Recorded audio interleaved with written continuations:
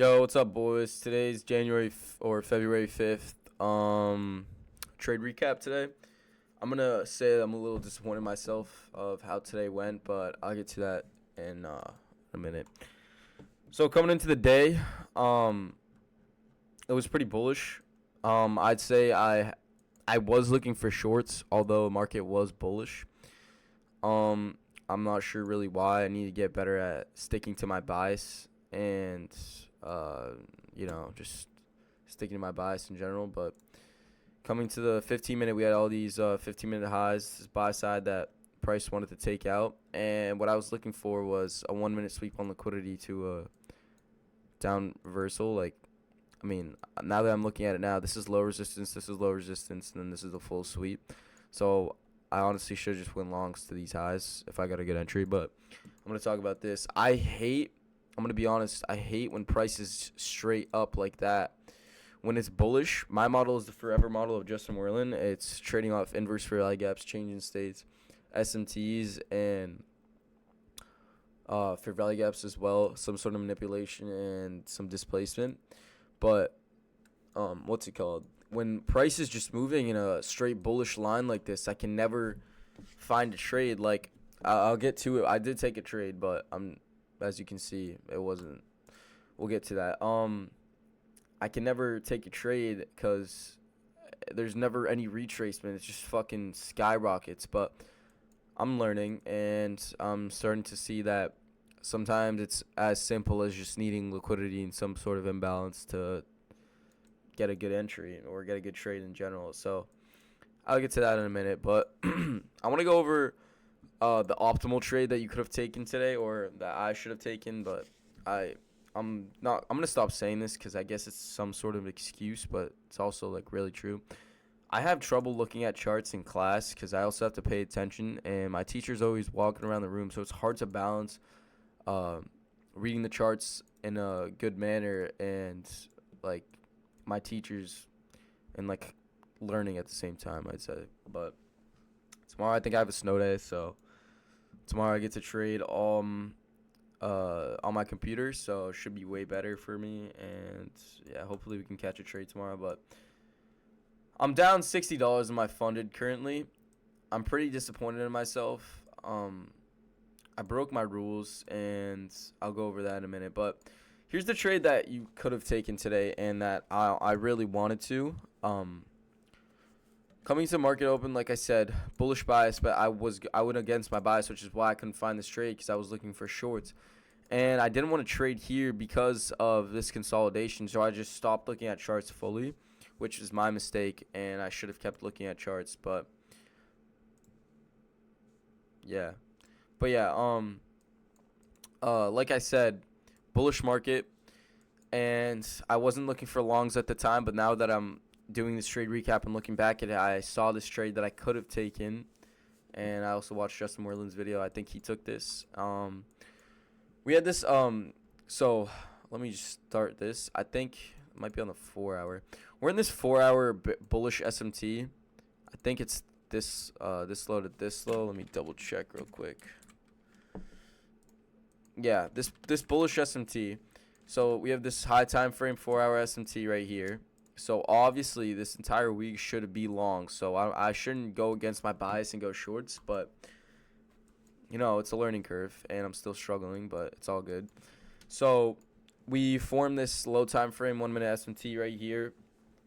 So I was automatically looking for, or I wasn't looking for anything, but this is what hypothetically could have looked for. Longs.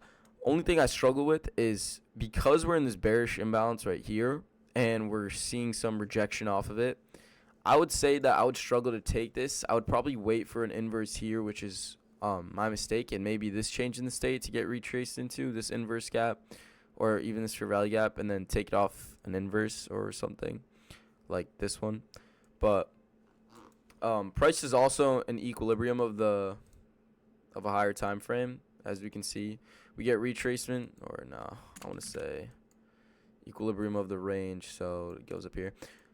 We get retracement down back into a premium price, and after that we see rejection to the downside, and we're holding a 2-minute gap here. we sweep sell side, some low resistance sell side, and then we create this SMT. And on ES, I'm pretty sure we swept out these lows, which is why there's an SMT. But we created this inverse gap here, and we got this change in the state, which got retraced down back into multiple times. After I would have saw that, I probably would have went longs up until this buy side, this buy side. This probably would have been my trade here, or my TP1, and then this would have been ultimate take profit with stops below this low or even just below this gap, which would be really, really good R to R. But I would probably say below this low is better, just just to be safe, not have too tight of a stop. But yeah, that's the best trade that I could have taken today and should have taken, but I didn't see it. It's hard for me to look in. I'm getting better at it, but during market times, like live price, it's hard for me to really, find a trade in the moment, especially in school. And I'm not using that school as an excuse, but I'm just saying in general. Now, this is the trade I did take. So I think I deleted it, but I was targeting a high time frame fair value gap. So it was very high risk reward just because my stop was below this fair value gap right here. But when I saw that we were in bullish market, I was like, dude, every time we have a pullback, we just retrace into some sort of fair value gap. So ultimately, I was waiting for this 5 minute to get retraced into, but we never did. So I did go longs off this candle right here, right? No, I think it was this candle here. So I go longs, right? I'm up about 150. I go put my stop to break even though we're right here. I went longs with one contract. That was another thing. I broke my rules. I broke my risk management rules. So I go longs with one contract about here. That's already a fuck up. So I'm like, damn, I already fucked up. So I'm shitting the bed, right? I'm shitting myself. I'm like, yo, I want this trade to hit because I want money. That's what I was focusing on. Money, money, money, right? Which is a fucking problem. That's the problem that I have to get away from is money, wanting money. The problem, or I need to put in my mind that I'm already profitable to become profitable. I don't know, but regardless, whatever. So yeah, we make this fair value gap here, and we get retracement. So I take the trade. Like I said, I'm up 170. Go break even, stop. I get stopped out with this candle. I think I got stopped out for plus $5, but whatever. I get stopped out with this candle, right? I re-enter. And then this candle, the moment it comes down here, you see that wick? I fucking close for minus $38. I was so angry at myself because my account got locked because I have it set to 3 trades a day, which is good. I don't give a fuck because this is good. This is kind of a punishment in some sort of way. So my account gets fucking locked, so I can't re-enter. And then I just see it run straight to my take profit of $700. I was so pissed, right? I was like, bro, why? Why does this shit have to happen? So, I mean, it is what it is. Hi, Mom. Mom?